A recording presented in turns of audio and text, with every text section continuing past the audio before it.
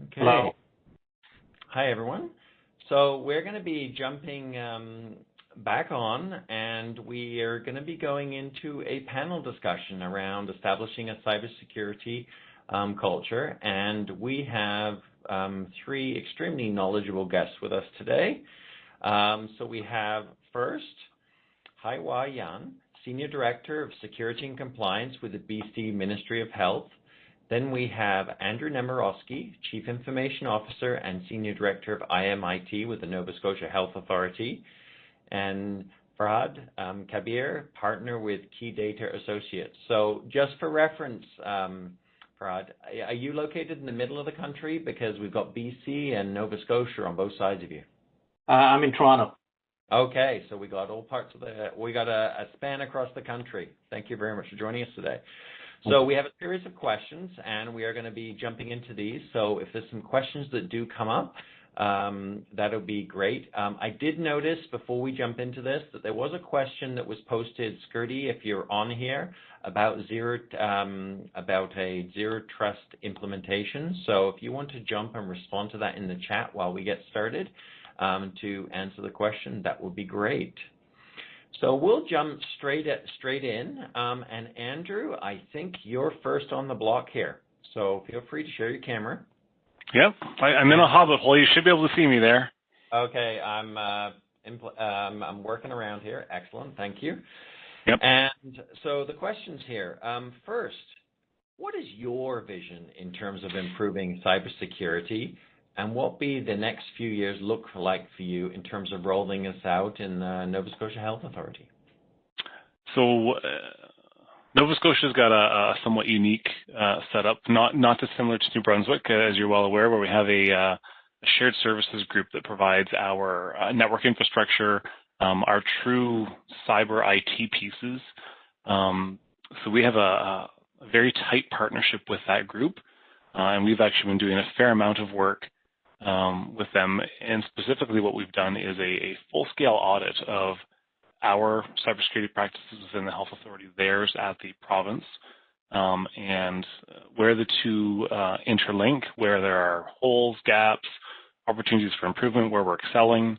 And what we're doing is we're taking that work and then building a plan from there on how we actually fulfill our cybersecurity mandate for the health authority, ensuring we've got all of our data secured, all of our user access secured, and everything set up.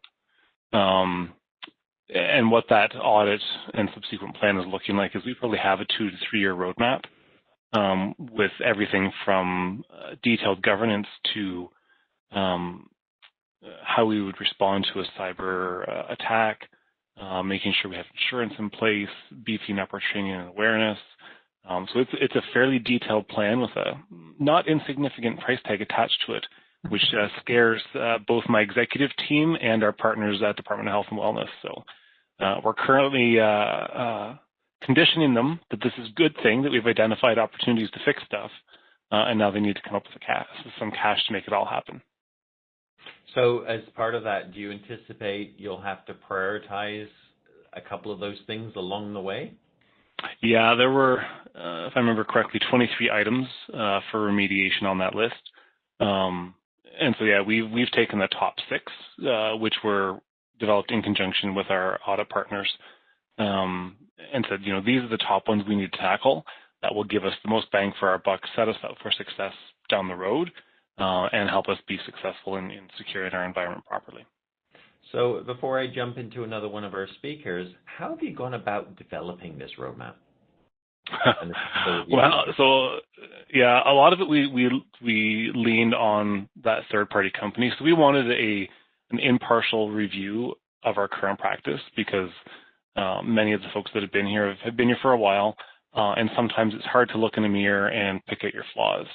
So we thought a third party would be very good to come in and give that impartial view, give us some idea of what the industry standard is, help us align with the NIST framework, which is used by the province, but the health authority has not really adopted it formally. So for a couple of reasons, we picked that third party company to come in and help us with that development. And they also do this at more than just health. They see financials, they see bigger business, they see small business. They have an active cyber awareness group within KPMG. So it was very helpful actually to have them come in and give us some of that guidance and pull on their national and international arms to give us some of those recommendations on next steps. Okay. So if we change gears a little bit, Farhad, how have you developed roadmaps for your client organizations? Because obviously you're on the other side of the fence on that one. Yeah, thanks. So I have been always in my 15 plus years of career, I've been always in consulting capacity with various global organizations, and I have worked with have pretty much organizations in all industry and many in healthcare organizations. To develop the roadmap, the first thing I got engaged in doing is understand the organization. No two organizations are the same. And then I perform a detailed gap analysis against a benchmark or industry benchmark, and the various organizations, or depending on the industry they're in, they align with they prefer certain industry standards. So Andrew was just mentioning about NIST, and so NIST is used quite often by various organizations as a benchmark. So we'll look at what are the different, we'll assess that organization against something like NIST or ISO 27001, 27002, and other industry best practices, identify some key gaps that you have against those industry best practices, but then perform that gap analysis in conjunction with the executives and the organization and tailor it for that organization. That once those initiatives or gaps are identified, which ones you need to implement in a 6 months, like a short time frame, versus over a 2 to 3 year plan. So develop the roadmap accordingly based on the organization's priorities, budgetary constraint, and or regulatory compliance, all of those. Like I said, if everyone had like I had a fun session with some cybersecurity executives last year, and asked, like, if you had a superhero for in cybersecurity, what would you enable him with? And they all say unlimited budget. Right? So if you had unlimited budget, everyone, you don't need a roadmap. You would go at all of them. But so you have to consider all of those as you build it. So just building on that comment there, a question I would have is, you talked about addressing certainly the, your different nuances of the organizations. Based on your, experience, is every organization truly as unique as they think they are, or is really it 80-90% the same? It's sometimes about how you package it. There is uniqueness to it. Industry definitely plays a big role, right? So financial industry organization, the priorities they will have is not the same as a healthcare or a retail, right? So I've worked in all areas of cybersecurity with a heavy emphasis in digital identity, and I can speak for it that retail organizations, what they will care when they're dealing with their managing their customer identity or customer experience may not be the same when it comes to someone in like a manufacturing industry, right? So their priorities are different. And so the priorities would be different depending on which industry you're in, but in the same industry, most organizations have more or less the same challenges. It comes down to how large or small you are. So not all it's not same solution will fit for an organization that has barely 30, 40 servers versus someone who has thousands of servers, right? So we tweak it that way as well. That makes sense. Okay, thank you. So moving over to the West Coast here, how have you created a culture of cyber awareness within your organization, Haihua?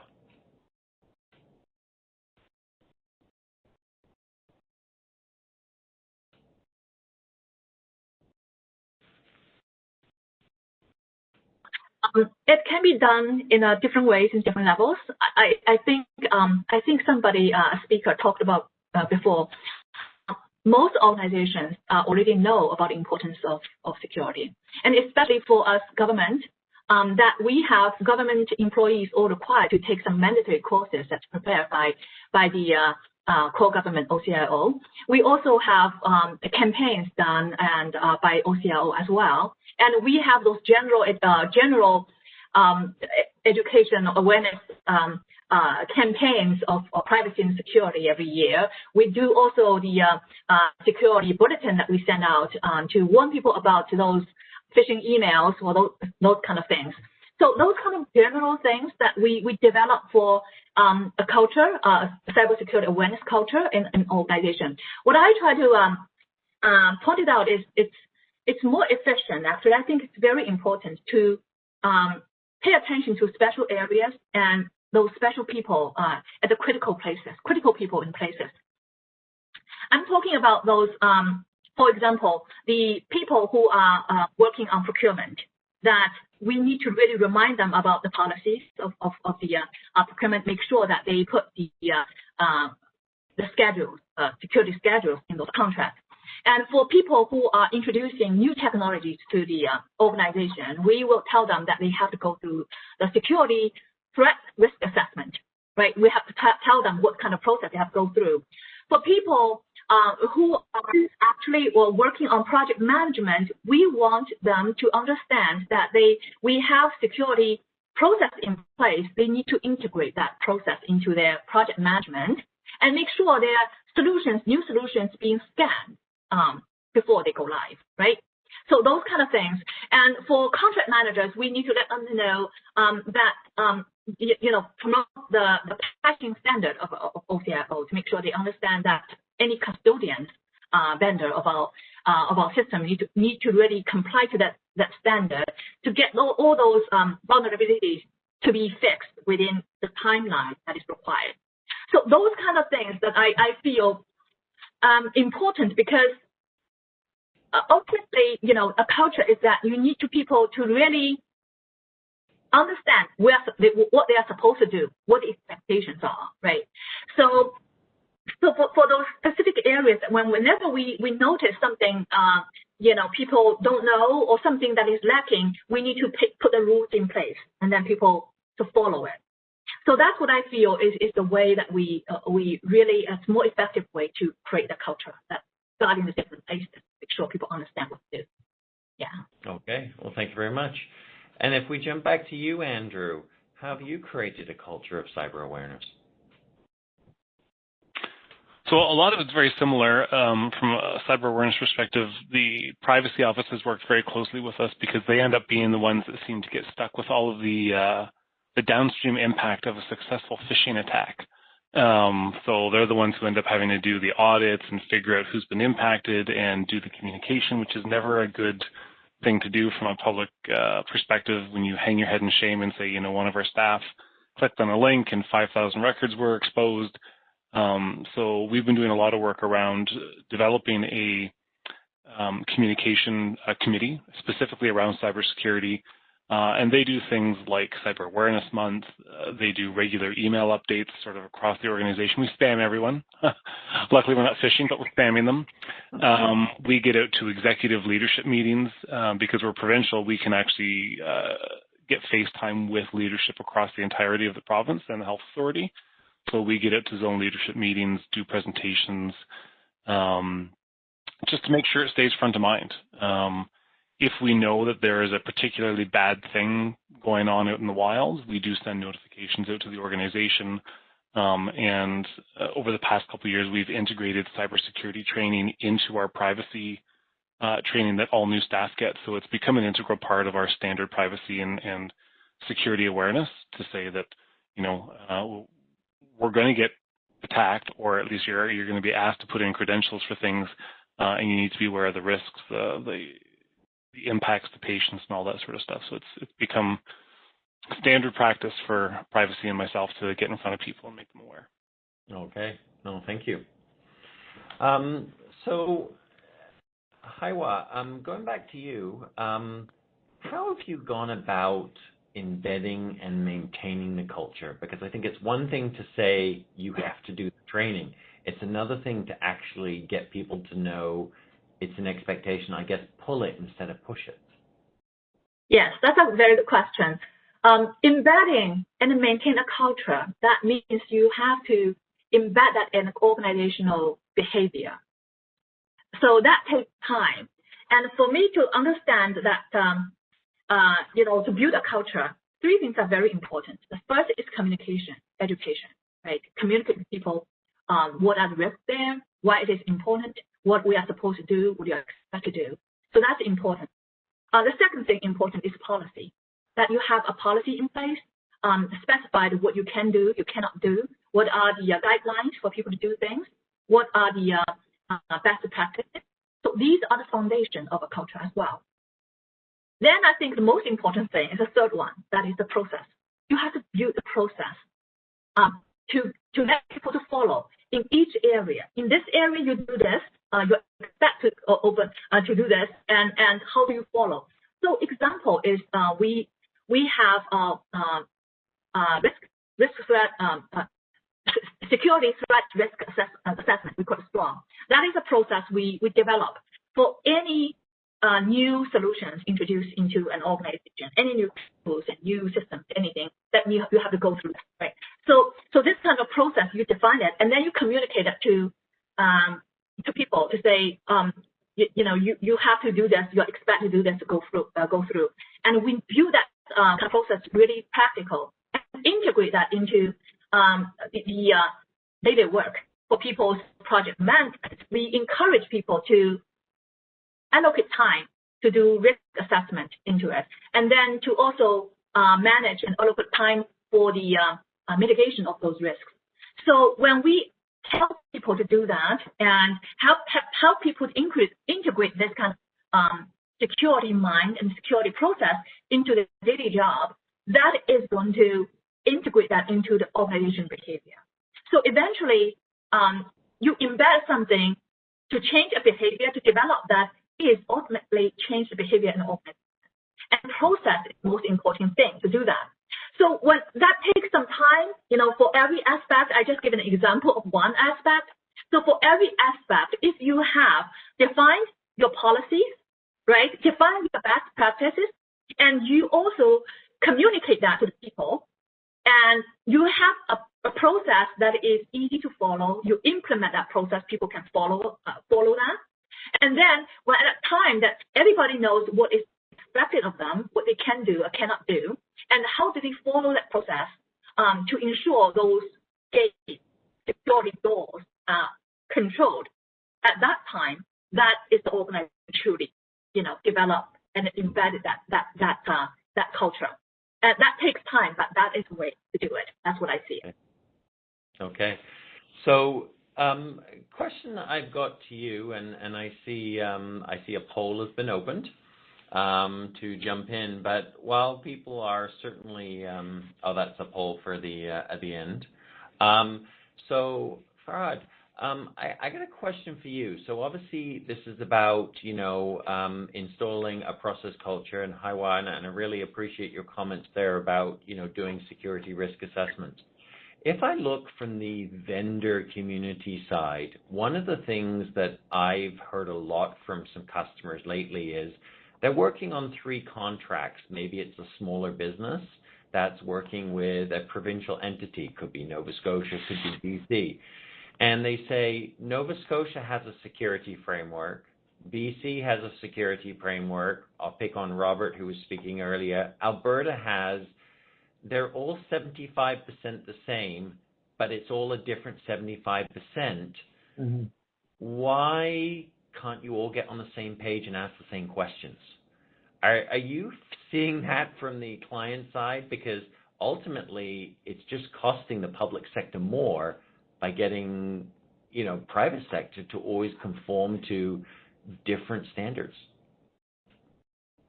Yeah, I know it's a loaded question, but are you hearing those kind of comments? Yeah, I am, right, and we are seeing this, and I think it's what can help is if there is a collective body created to harmonize those requirements or those best practices, right? I think that will help. because you're right. Like, a lot of the requirements are more or less about the same, right? It's how it applies to the organization, and that can be tailored. So I can give an example again from identity perspective, right? Like, there is like how it's a common problem, but everyone had a different view about it. So then there's like a DIAC formed, right? Like, so Digital Identity Council across all provinces and the federal level, who are providing now guidance across the board. So the similar thing can be implemented potentially, right? So where you have collective representation, like representation from all areas or all jurisdictions, and then agree on a collective framework. So that's my my thoughts on this. Okay. Yeah, it's just I was dealing with that recently, and it was actually, they were coming to Ontario, they completed stuff from BC, and they're like, why are your templates all different? Because ultimately, on a time and materials agreement where it's built into a contract, it is a question that comes up, and I think from the public sector, as much as we all strive, I think, to work really hard in our own environments to ensure security, I think that reflection of sometimes how do we work better together becomes important. If I stay with you, how have you what have you found to be the most successful approach in rolling out incremental improvements and developments when it comes to security, Farhad? Yeah, so for that, I would say one of the key elements a lot of organizations and a lot of projects or teams overlook is change management. So change management, I would say, is a key factor. The larger the program, the larger the impact. It's very important to engage your change management team or establish a change management forum early on to make sure you're understanding fully what are the changes this program will bring to what population of the organization, when it will impact, all those factors, and then roll it out in a smaller. And so, if you do a comprehensive change management program for those rollouts, it will be much more successful. And no matter how successful your solution is, if it is, like I said, for example, if it's a MFA solutions, right, like multi-factor authentication solution you're rolling out across the organization, if you go big bang without understanding the impact, it can, adoption may be very poor, right? Whether in a smaller population, understanding which group will have the least impact, and get their perspective, then tune on it and tweak your next release accordingly. That you will get a higher adoption. Okay. No, thank you. If we move out to you, Andrew, so you talked about developing your roadmap, and you talked about your 23 priorities and targeting on the 6. How did you go about identifying those priorities that really shaped your cybersecurity strategy, or at least the initial priorities? Yeah, so we've done a fair amount of work internally identifying weak spots in our cyber work. What we've also done is we've done a series of tabletop exercises with our executive leadership team. And we engaged external assistance on that, but we went through a guided exercise and walked them through what would happen in an actual ransomware attack where they took down our clinical information systems, as well as SAP and email. So, the oh my goodness, the world is falling apart scenario, and walked them through that and said, so what do you do? And it was, crickets in the room, because you could see all their brains turning, but they're going like, no idea. So as we walked them through that scenario, it became pretty clear where we need to focus. Things like making sure we have a dedicated cyber team, making sure that we have communications nailed down, because in our environment, we are very closely linked to Department of Health and Wellness and Nova Scotia Digital, who is our technology partner. So we need to be in lockstep on communications to the public, what we do and don't share, because you also don't want to tip off people that you're in a compromised situation and potentially make things worse, nor do you want to erode the trust of the public who are relying on us for healthcare. So a number of those discussions at that executive leadership table has helped us refine that strategy and where we want to focus first. It's also to try and ingrain that culture of security from the executive level down. Because if they believe it's a priority, they'll make sure their staff believe it's a priority, and hopefully that will get down closer to the front lines if it's fed from above, and they actually put some time and some dollars towards the work. Okay. Well, thank you. And Haihua, you know, obviously you've developed some frameworks, and you mentioned a lot of comments around, you know, as you look at your priorities and your focus and, you know, community education, you know, policy and process. But obviously you've got some boundaries in which you can work. So, you know, understanding the boundaries, how are you really kind of, I guess, developing those capabilities, understanding you can't do everything that you want to? Yeah, the capability is one major issue, actually. The major challenge, I would say, mainly because, first of all, we have a lot of risks coming up, you know, increasing risks of cybersecurity. Everybody knows that. And then increasing demand of security work as well.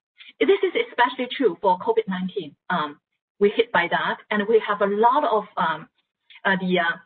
the teams want to have new solutions and new systems and all these things to get people work remotely, to get data online, those kind of things. And so a lot of work come to us. And now our major problem is that we don't have that capacity. That's an issue. So the capacity is how to keep up with those kind of demands.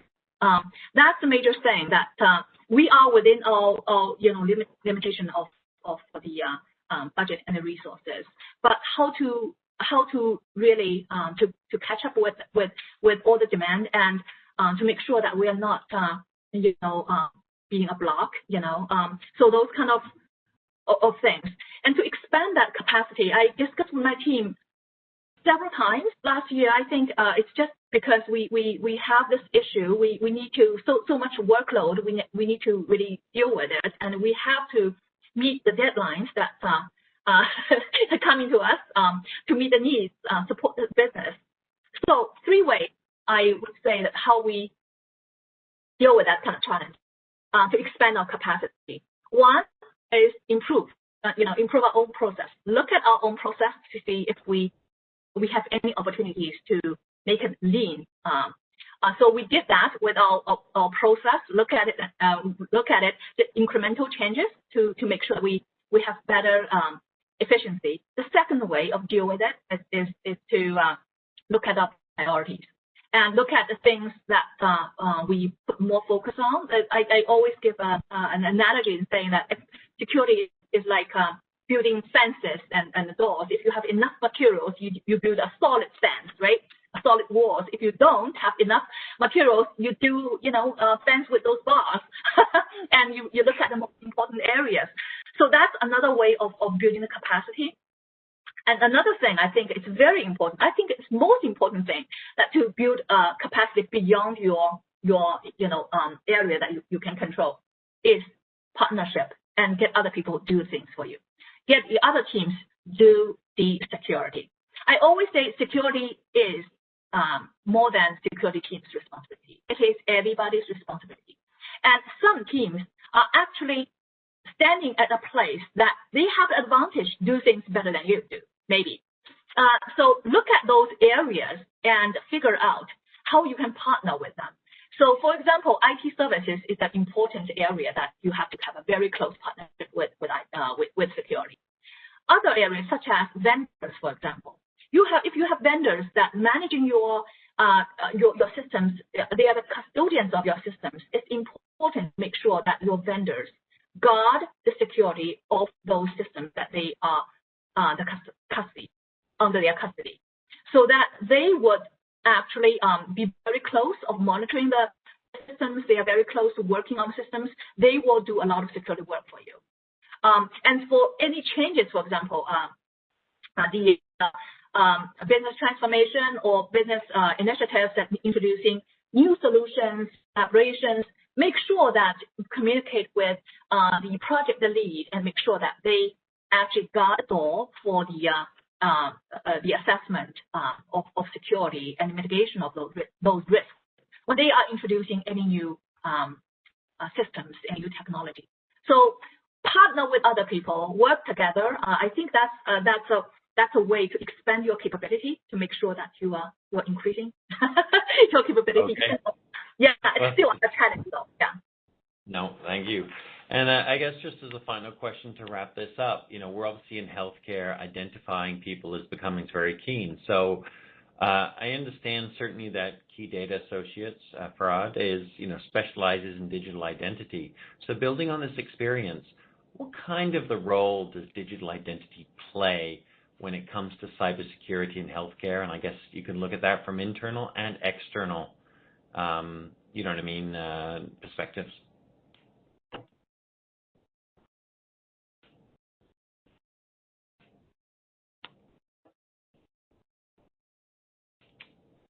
Farhad, are you still there? Sorry, my apologies. I was speaking with mute button on. No, what I was saying is, a lot of you must have heard this thing that they say that identity is the new digital perimeter. So as organizations, and especially in healthcare, I would look at when you think of digital identity, I think of two key aspects that matter. One is that identity and access management ecosystem, understanding that how complex that is, because you are not bounded with just the 4 brick walls anymore. Like if you're expanding into cloud, IoT devices, various non-traditional digital assets that are coming into your portfolio, they would all have, someone must have access to it. So, and as your digital footprint increases with the digital enablement, with everyone is going with this digital enablement theme, this identity perimeter and footprint is increasing and getting more and more complex. So having a comprehensive understanding of that identity and access management, on in short, IAM ecosystem, and making sure you're able to manage the entire life cycle of when identity is created, when it is given access, when it needs to be revoked, that is very critical. The other aspect is, which often gets unnoticed, is any cyber breaches that happens, they cannot happen without compromising elevated or privileged identity.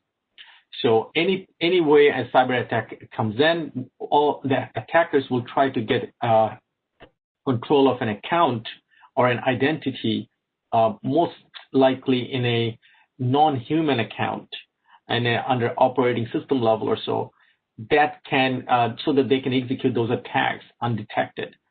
So identifying your privileged account ecosystem, which is not the traditional just the human accounts, and make sure that those are locked and protected well is a key aspect. And it's you hear about ransomware in the healthcare area.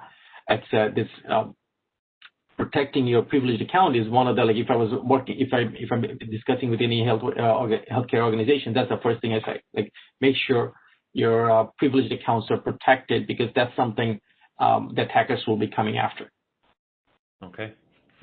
Well, thank you very much. And I know we're pretty much out of time here. Before I go, and I know we've got a couple of minutes for wrap up, so we can cut into that. But we do have, I just want to double check if we have some questions here that might have been thrown in.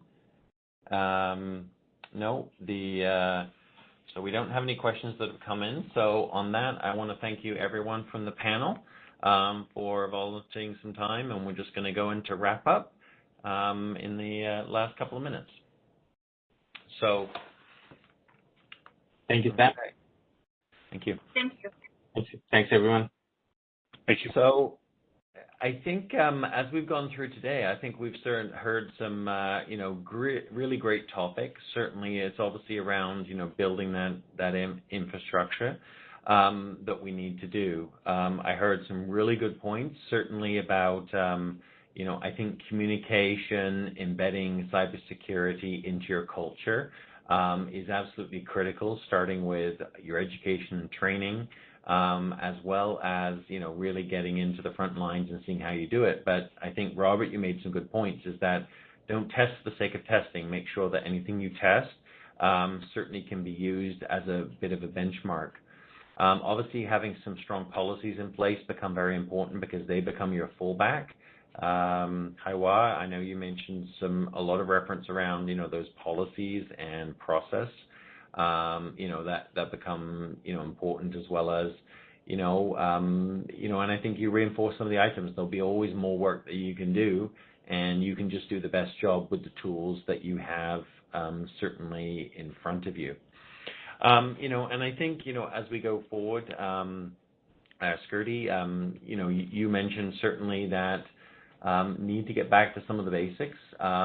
Make sure that your staff are trained, you have your policies in place, you know what your assets are, you are doing the patching and getting into that. And then, Farhad on your side is really saying, as a IT shop, make sure you know what your privileged credentials and permissions are, and you are protecting those, because those become a little bit of your, I guess, your identity crown jewels, for lack of a description.